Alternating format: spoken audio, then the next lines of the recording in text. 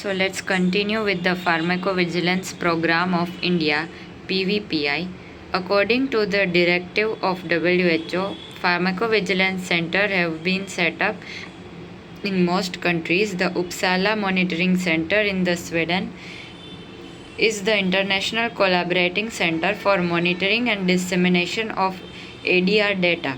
Though Government of India initiated pharmacovigilance activity in the 1980s, the present Pharmacovigilance Program of India was launched in 2010 with Central Drug Standard Control Organization CDSCO, New Delhi, as its regulatory organization.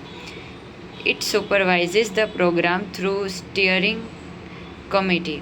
Over 250 adverse drug reaction monitoring centers have been set up at medical colleges, corporate hospitals, some district and army hospitals, as well as at TB treating centers and art centers for treatment of AIDS. The Indian Pharmacopoeia Committee IPC Ghaziabad is the national coordination center. NCC for various AMCs. The four zonal offices of CDSCO at Ghaziabad North Zone, Kolkata East Zone, Mumbai West Zone and Chennai South Zone also facilitates the PV activities of the AMCs in their zones. Figure 2.71. Communication under PVPI. So let's see the retro view. So CDSCO zonal offices North Ghaziabad, East Kolkata, South Chennai and West Mumbai communicates with the AMCs. Healthcare professionals also communicate with the AMCs. AMCs communicate with the NCC at IPC Ghaziabad, which further communicates with CDSCO headquarters in the New Delhi as well as in the UMC Sweden. Framework of communications under Pharmacovigilance Program of India PVPI. The AMCs collect, communicate and disseminate ADR data by linking with the hospitals, medical practitioners and the NCC. The trained professional at the AMCs check and verify the individual case safety reports ICSRs and provide expertise for assessing casualty and severity of ADRs by using standard algorithms and rating scales. For example, the WHO UMC casualty scale. See the table 7.2. So this is WHO UMC casualty categories, casualty terms and assessment criteria. So casualty term is certain, assessment criteria, event or laboratory test abnormality with plausibly time relation to drug intake, cannot be explained by disease or other drugs. Response to withdrawal plausible pharmacologically, pathologically, even definitive pharmacological or phenomenologically, that is an objective and specific medical disorder or a recognized pharmacological phenomenon, re-challenge satisfactory if necessary. Then second casualty term is probable or likely. Event or laboratory test abnormality with reasonable time relationship to the drug intake, unlikely to attributed to disease or other drugs. Response to withdrawal clinically reasonable. Re-challenged not needed. Possible event or laboratory test abnormality with reasonable time relationship to the drug intake, could also be explained by disease of other drugs. Information on drug withdrawal may be lacking or unclear. Then unlikely. Event or laboratory test abnormality with a time to drug intake that makes a relationship improbable but not impossible. Disease or other drugs provide plausible explanations. Conditional or unclassified. Event or laboratory test abnormality. More data for proper assessment needed or additional data under examination. Unaccessible or unclassified. Report suggesting an adverse reaction cannot be judged because is insufficient or contradictory. Data cannot be supplemented or verified.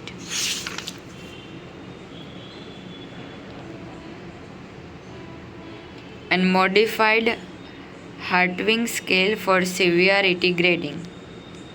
Casualty assessment. When a patient undergoing drug therapy experiences an adverse event, it may be due to the drug or the disease of some other causes. Most of the time, a clear-cut yes or no cause and effect relationship between a drug and the adverse event cannot be pronounced because adverse drug reactions are rarely specific and no diagnostic test is usually available and re-challenge may not be possible. Causality is assessed on the basis of temporal relationship, how the time sequence of the event is related to the drug administration. Previous knowledge whether the drug is known to produce the event in earlier recipients with a certain degree of consistency. D-challenge. Whether the event subsided on stopping the drug. Re-challenge. Whether the event reappears when the drug was administered again after a gap during which the event had subsided. Many times re-challenge is unethical, dangerous, and is not done. Assessed on the basis of the above criteria, casualty as per WHO UMC scale is categorized as present in table 7.2. Reporting of ADRs. For maintaining uniformity in reporting of ADRs from all the AMCs, a common suspected adverse drug reaction reporting form has been designed by NCC, and the current version is version 1.4. This is available at https://cdsco.gov.in. This form is to be filled by healthcare workers, doctors, pharmacists, dentists, nurse, etc., and includes information related to patient, relevant history, adverse event, suspected drug, any supporting investigation, casualty assessment, and the reporter's name. Care is to be taken that confidentiality of the patient is maintained while giving him his or her details. The completed ADR reporting form, also called Individual Case Safety Report, is to be uploaded on the portal through VigiFlow software, which is the web-based data management system of PVPI. It supports collection, processing, analyzing, and sharing of ADR reports. On receiving the ICSRs, the NCC conducts a casualty assessment at its own level and then uploads it on the national PV database. The ICSRs are also transmitted to the WHO UMC database, VigiBase, which is the global database that contains all the ICSRs submitted by member countries. The framework of communications under PVPI are illustrated in figure 7.1. So let's see the framework of this form. Suspected adverse drug reaction reporting form. For voluntary reporting of ADRs by healthcare professionals, Indian Pharmacopoeia Commission, National Coordination Center Pharmacovigilance Program of India, Ministry of Health and Family Welfare, Government of India, Sector 23, Rajnagar, Ghaziabad, which has the pin code 201002. PVPI helpline toll free number, time and date. Initial case, follow up case. The information which is mandatory to be filled in this form are marked by this asterisk sign. So patient information includes patient initials, age or date of birth, gender and weight. Then second mandatory information is suspected adverse reaction, event or reaction start date, stop date, describe the event or reaction management with details if any. Then third mandatory thing is suspected medications, which includes name, which can either be brand or generic name, manufacturer, company if known, batch number or lot number, expiry date, dose, route, frequency, therapy dates like date started, date stopped, indication, casualty assessment. Ninth is action taken after reaction. If any action is taken after the reaction which has occurred due to the drug, then we have to tick here. Then what are the action taken? Is the drug withdrawn, dose increased, dose reduced, dose not changed, not applicable or unknown? That should be mentioned here. Then in the 10th, reaction reappeared after reintroduction of suspected medication. If the medication is reintroduced to the patient, then we have to tick here, and if the symptoms has appeared back, then we have to tick yes. If not, then no. Effect unknown. Dose if reintroduced. This is optional. Then concomitant medical product including self-medication, herbal remedies with therapy dates. Exclude those used in treat reactions. So what is concomitant medical product? Those products which we feel are not responsible for adverse drug reactions should be mentioned here. So name, brand or generic, dose, route, frequency, therapy dates and indications. Then D is reporter details. This detail is also mandatory. Name and address of the reporter, pin code, email, contact number, signature, occupation, date of the report. For AMC or NCC use only. This is for non-medico people. Like if the patient want to report an ADR, then this form can be used. Registration number, IPD number, OPD number or CR number, AMC report number, worldwide unique number, relevant investigations with dates, relevant medical or medication history, example allergies, pregnancy, medication, hepatic, renal dysfunction, etc. Seriousness of the reaction, no. If yes, please tick anyone. So if there is a serious drug reaction, then one of these 6 should be ticked. Death, life-threatening, hospitalization, initial or prolonged, congenital anomaly, disability, other medically important, and outcome recovered, recovering, not recovered, fatal, recovered with consequences, and unknown. So this is how ADR form looks like. Signature and name of receiving personnel, confidentiality. The patient's identity is held in strict confidence and protect to the fullest extent. Submission of a report dose does not constitute an admission that medical personnel or manufacturer or the product caused or contributed to the reaction.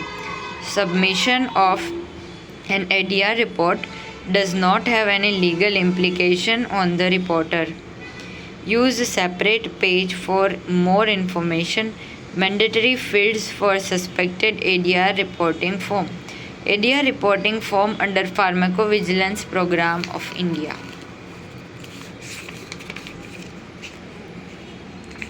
The NCC at IPC periodically prepares a consolidation report of ADRs collected over that time period. This helps in detection of new events, also called as signals, on the basis of which alerts may be issued to prescribers and to manufacturers. The latter may incorporate in the patient information sheets. In addition to collecting, reporting, and spreading awareness about ADRs, the PVPI also focuses on the capacity building in ADR monitoring by establishing regional training centers (RTCs) for advanced training of AMC personnel at 9 reputed medical institutions all over the country. Prevention of adverse effects of drug. Adverse drug effects can be minimized but not altogether eliminated by observing the following practices. Avoid all inappropriate use of drugs in context of patient's clinical condition. Second, use appropriate dose, route, and frequency of drug administration based on patient's specific variables. Elicit and take into consideration previous history of drug reactions. Elicit history of allergic disease and exercise caution. Drug allergy is more common in patients with allergic diseases. Rule out the possibility of drug interactions when more than one drug is prescribed. Adopt correct drug administration techniques. Example, intravenous injection of vancomycin must be slow. Carry out inappropriate laboratory monitoring. For example, prothrombin time with warfarin serum, drug levels with lithium. Adverse drug effects may be categorized into: first, side effects. These are mild, unwanted but often unavoidable pharmacodynamic effect that occurs at therapeutic dose. Generally, they are not serious but may occasionally be hazardous. For example, postural hypotension caused by prazosin as the side effect may result in fall and fractured neck femur in an elderly patient. Side effect can be predicted from the pharmacological profile of a drug and are known to occur in a given percentage of drug recipients. Reduction in dose usually ameliorates the symptoms. A side effect may be based on the same action as the drug therapeutic effect. For example, glyceryl trinitrate relieves angina pectoris by dilating peripheral vasculature, which is also responsible for postural hypotension and throbbing headache. An effect may be therapeutic in one context but side effect in another context. For example, codeine used for cough produces constipation as a side effect, but the latter is the therapeutic effect in the traveler's diarrhea. Toxic effects. These are the result of excessive pharmacological action of a drug due to overdosage or prolonged use. Overdosage may be absolute, accidental, homicidal, suicidal, or relative, that is, usual dose of gentamicin is present in renal failure. The manifestations are predictable and dose related. They result from functional alteration, high dose of atropine causing delirium, or drug-induced tissue damage, hepatic necrosis from paracetamol overdose. The CNS, CVS, kidney, liver, lung, skin, and blood forming organs are most commonly involved in drug toxicity.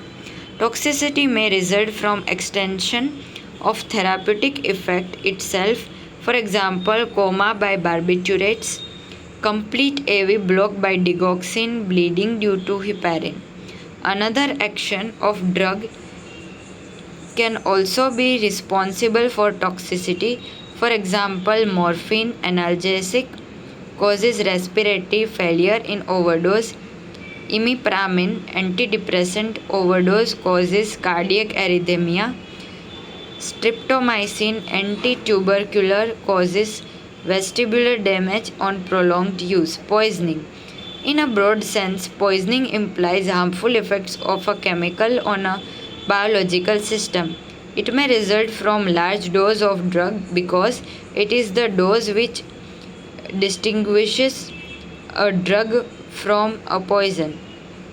Poison is a substance which endangers life by severely affecting one or more vital functions. Poisons derived from biological sources are also referred to as toxins. Not only drugs, but other household, environmental, and industrial chemicals, insecticides, etc., are frequently involved in poisonings.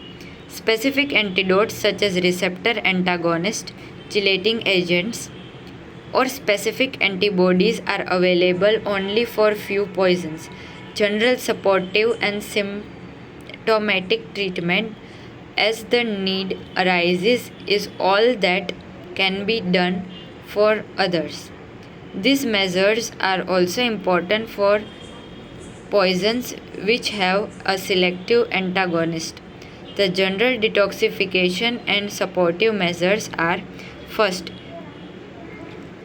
resuscitation and maintenance of vital functions. A.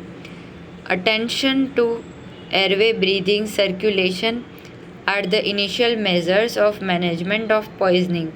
Ensure patent airway, adequate ventilation, give artificial respiration by 100% oxygen inhalation as needed.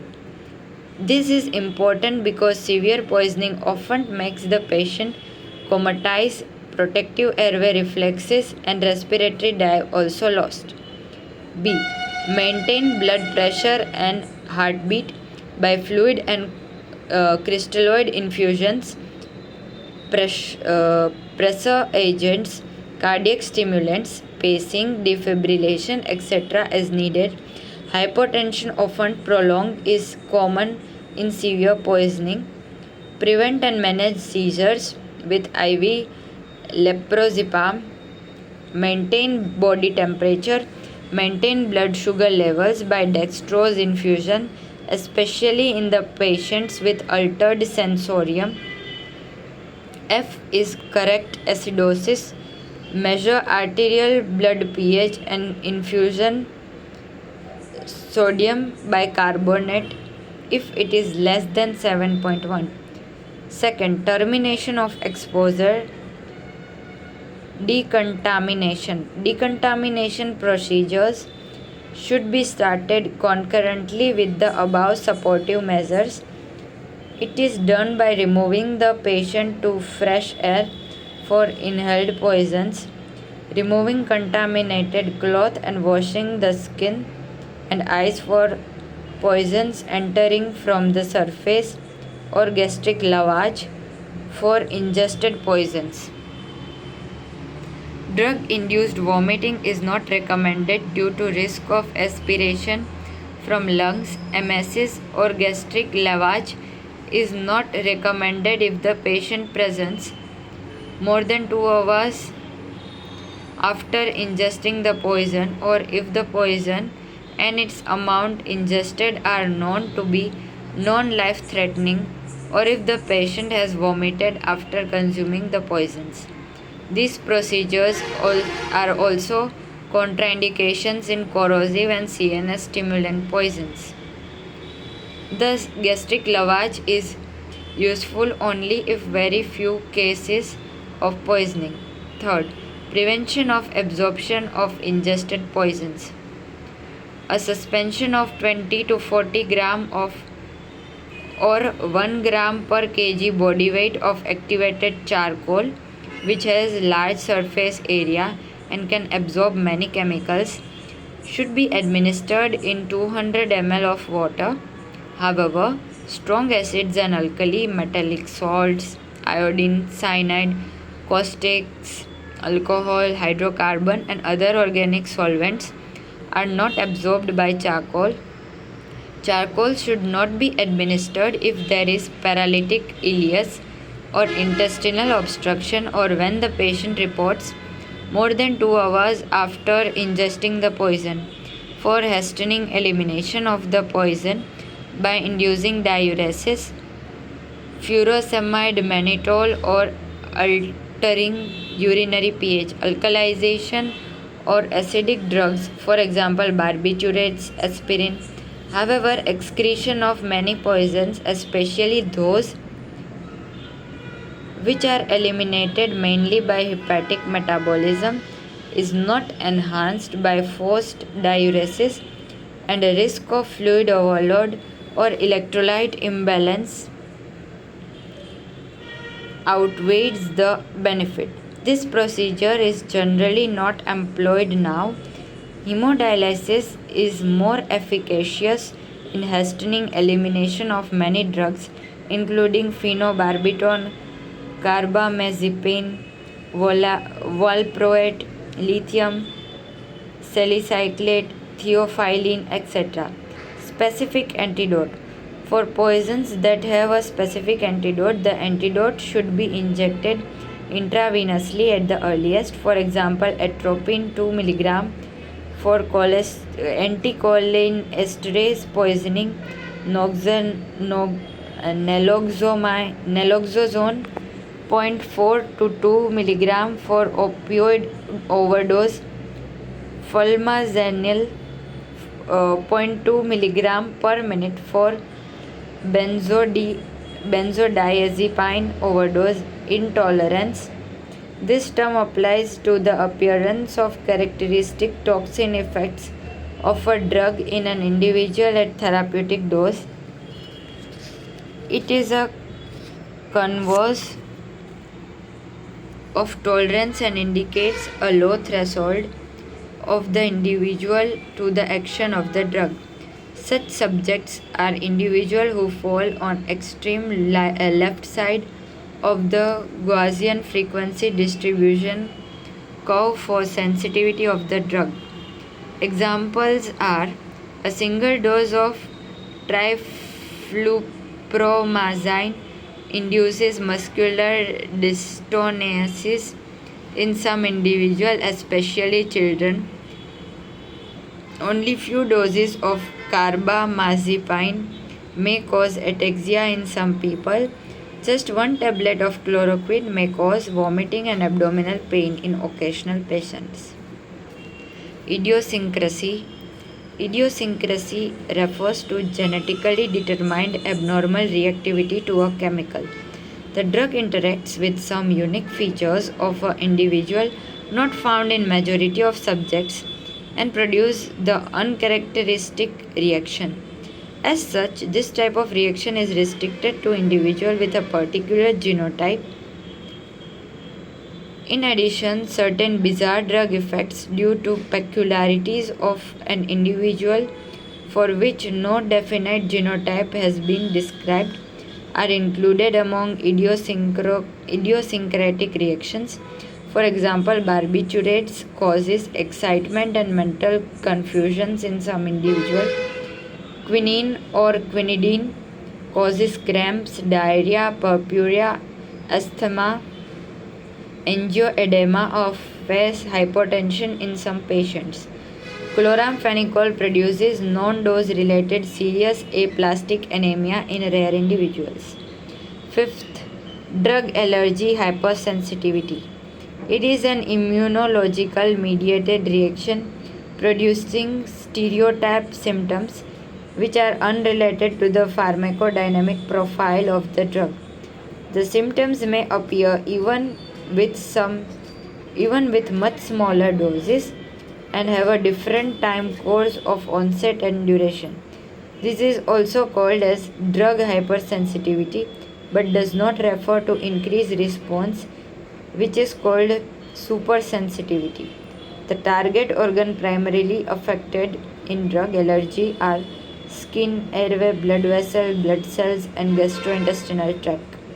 Allergic reactions occur only in a small proportion of a population exposed to the drug and cannot be produced in other individuals at any dose.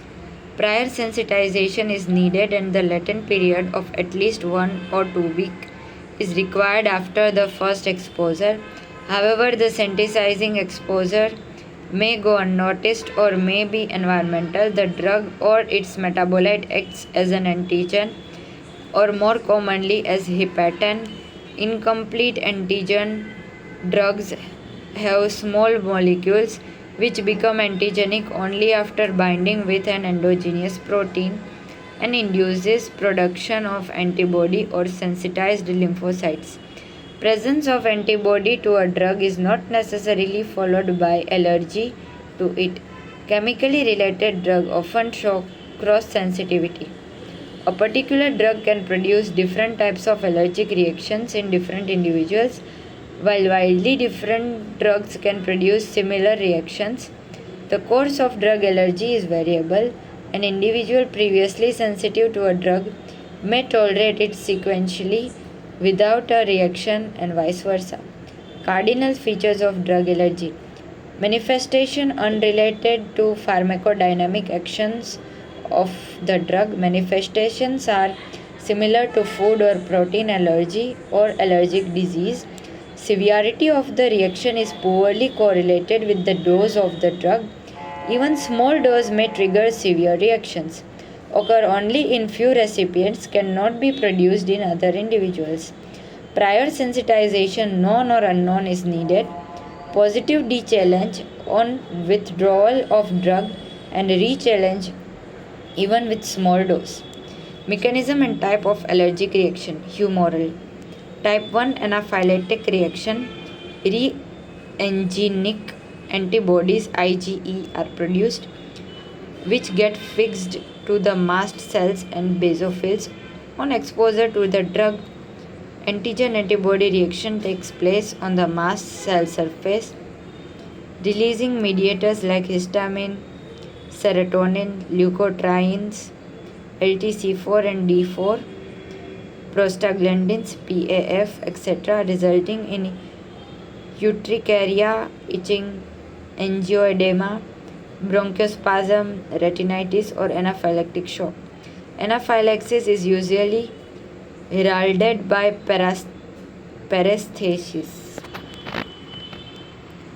flushing, swelling of lips, generalized itching, wheezing, palpitation,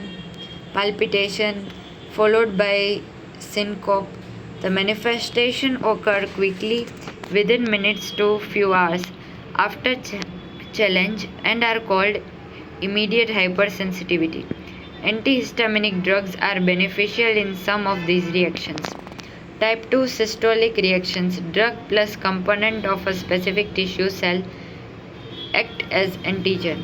The resulting antibodies bind to the target cells on re-exposure. Antigen antibody reaction takes place on the surface of this cell. Complement is activated and cystolysis occurs, resulting in one or more thrombocytopenia, agranulocytosis, aplastic anemia, hemolysis, organ damage, liver, kidney, muscle, systemic lupus erythematosus. Type 3 retarded arthritis reaction. These are mediated by circulating antibodies, predominantly IgG, mopping antibody. Antigen antibody complexes bind complement and precipitate on vascular endothelium and basement membrane in tissues, release chemotactic mediators and lytic enzymes, giving rise to a destructive inflammatory response. Manifestations are rashes, serum sickness, fever, arthralgia, lymphadenopathy, polyarthritis nodosa, Stevens-Johnson syndrome, erythema multiforme, arthritis, nephritis, myocarditis, mental symptoms.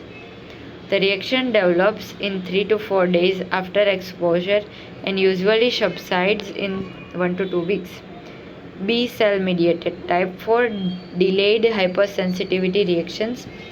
These are mediated through the production of sensitized T lymphocytes carrying receptors for the antigen.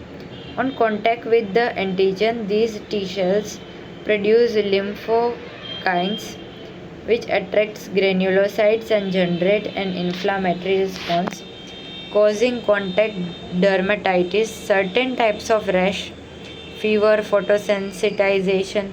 The reaction generally takes 2 to 3 days to develop.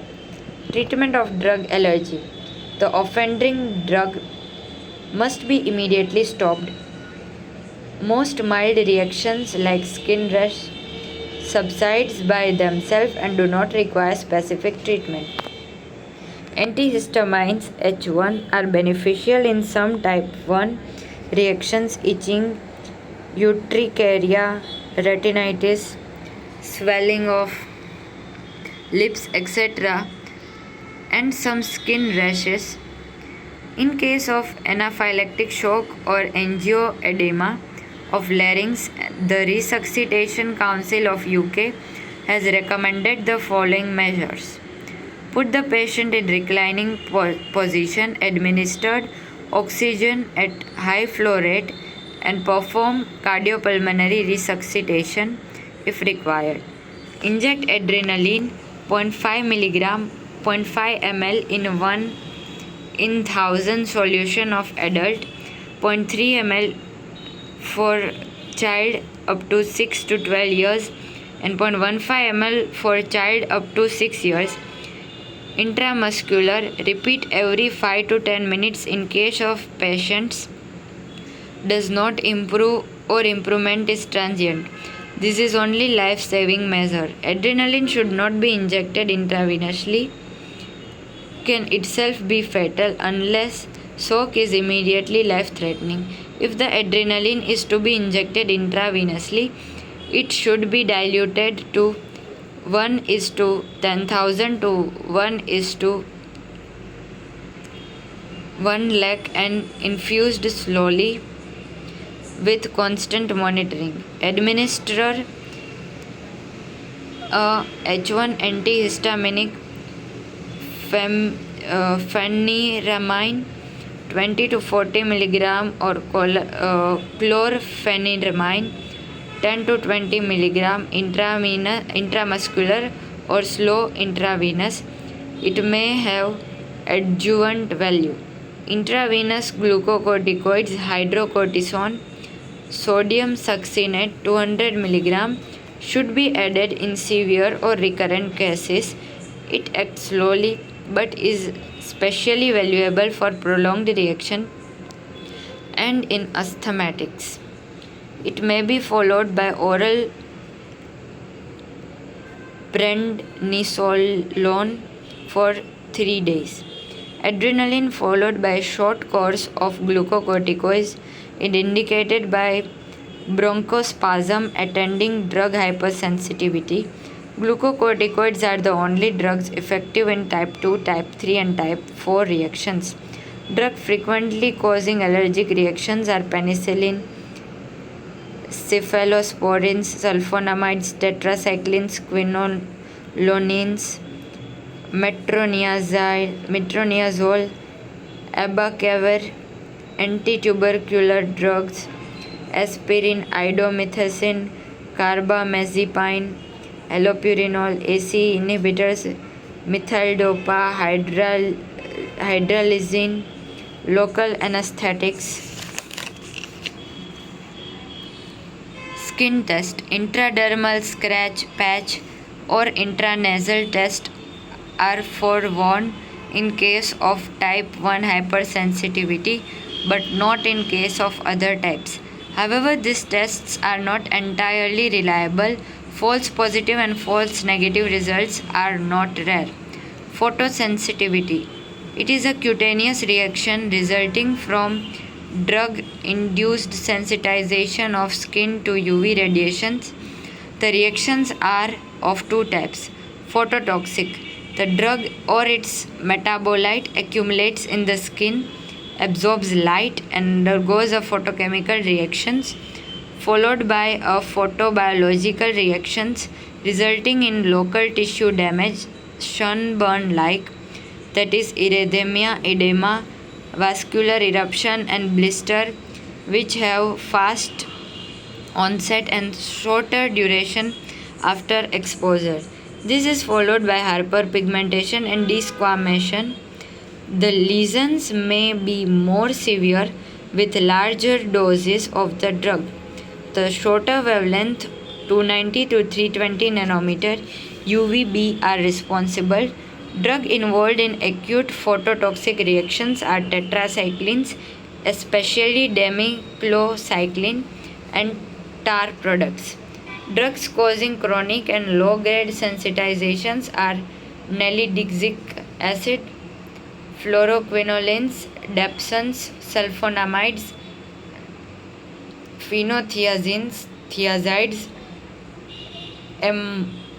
amiodarone. This type of reaction is more common than photoallergic reactions. B. Photoallergic.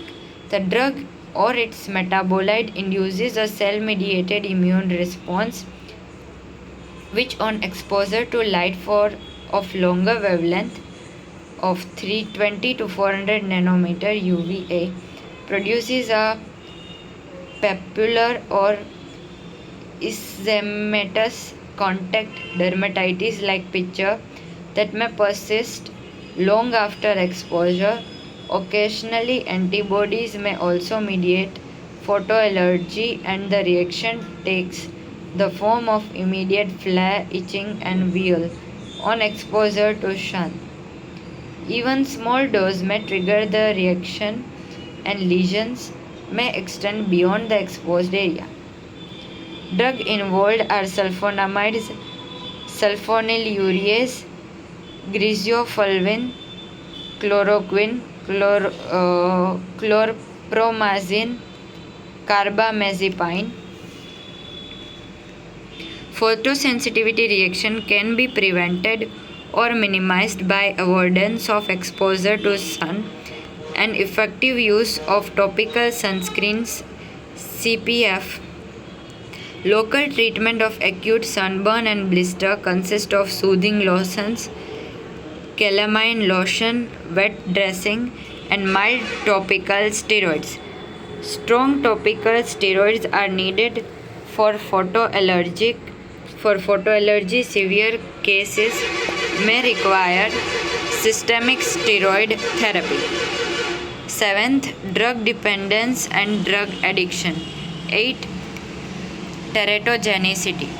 It refers to the capacity of a drug to cause fatal abnormalities when administered to the pregnant mother. The placenta does not constitute a strict barrier, and many drugs can cross it to a greater or lesser extent. The embryo is one of the most dynamic biological systems, and in contrast to the adults, drug effects are often irreversible. The thalidomide disaster in 1958 to 61, resulting in thousands of babies born with phocomelia, seal-like limbs, and other defects, focused attention onto this type of adverse effect. In 1959, subsequent couple of years, the incidence of rare birth defect phocomelia, hands and feet arising almost directly from shoulder and pelvis, similar to the flippers of seal, shot up sharply in Europe. Other birth defects also increased considerably. Soon it was noticed that all mothers with malformed babies had taken a new sedative anti-morning sickness drug, thalidomide, which was marked in 1957. During early pregnancy, epidemiological studies confirmed that intake of thalidomide in the first trimester of pregnancy was responsible for the birth defect, and the drug was immediately banned worldwide. Thalidomide has now marked again for restricted use as adjuvant in cancer, chemotherapy, and immunomodulator. Drug can affect the fetus at three stages: fertilization and implantation, conception to 17 days. It may result in failure of pregnancy, which often goes unnoticed. Second, organogenesis, 18 to 55 days of gestation. This is most vulnerable period deformities are produced. Growth and development, 56 days onwards, causing developmental and functional abnormalities. For example, ACE inhibitors can cause hypoplasia of organs, especially of the lungs and kidneys. Non-steroidal anti-inflammatory drugs may produce premature closure of ductus arteriosus. The type of malformation depends on the drug as well as the stage at which the exposure to teratogenic occurred. Fetal exposure depends on the blood level and duration for which the drug remains in the maternal circulation. The teratogenic potential of a drug is to be considered against the background of congenital abnormalities occurring spontaneously, which is similar to 2% of all pregnancy. Majority of the implicated drugs are low-grade teratogens, that is, increase in the incidence of malformation only slightly, which may be with very difficult to detect, confirm, or refute. Nevertheless, some drugs have been clearly associated with causing fetal abnormalities in human beings. These are listed in the box. However, only few mothers out of all those who receive these drugs during vulnerable period will get a deformed baby, but the exact risk posed by the drug is difficult to estimate. In 1979, the US FDA introduced a system of assigning 5-letter based pregnancy categories A, B, C, D, and X to drugs according to the risk of birth defects in the fetus posed by them when administered to pregnant women. Category A was assigned to the case good evidence was available indicating safety, while those with confirmed risk or contraindications were placed in Category X, while Category B, C, and D were intermediate risk. However, it was realized that nearly 75% drugs got categorized into Category X, and this system provided little guidance to the physician in treating pregnant women. Moreover, evidence on teratogenic potential of drugs kept accumulating, and the grading becomes outdated. As such, in 2015, the US FDA replaced the earlier labeling system with the new narrative format that includes the section on data from specific pregnancy exposure registries, which collect and store data on the drug prescribed to pregnant women, risk summary, clinical considerations, data. Such narrative descriptions are expected to help clinicians make specific prescribing decisions on case-to-case basis for pregnant women. It is wise to avoid all drugs during pregnancy unless compelling reasons exist for their use. Frequency of spontaneous as well as drug-induced malformation especially neural tube defects, can be reduced by folate therapy during pregnancy. Let's now first see the table. Human teratogenic drugs. Thalidomide abnormality cause phocomelia, multiple defects of internal organ. Anti-cancer drug methotrexate, cleft palate, hydrocephalus, multiple defect fetal death. Androgens, viralization, limb, esophageal cardiac defects. Progestins, viralization of female fetus. Stilboestrol, vaginal carcinoma in teenage female offsprings. Tetracyclines, discolored and deformed teeth, retarded bone growth. Warfarin, depressed nose, eyes and hand defects, growth retardation. Phenytoin, hypoblastic phalanges, cleft lip, palate, microcephaly. Phenobarbital, various malformations. Carbamazepine, neural tube defect, assorted abnormalities. Valproate sod, spina bifida and other neural tube defects, heart and limb abnormalities.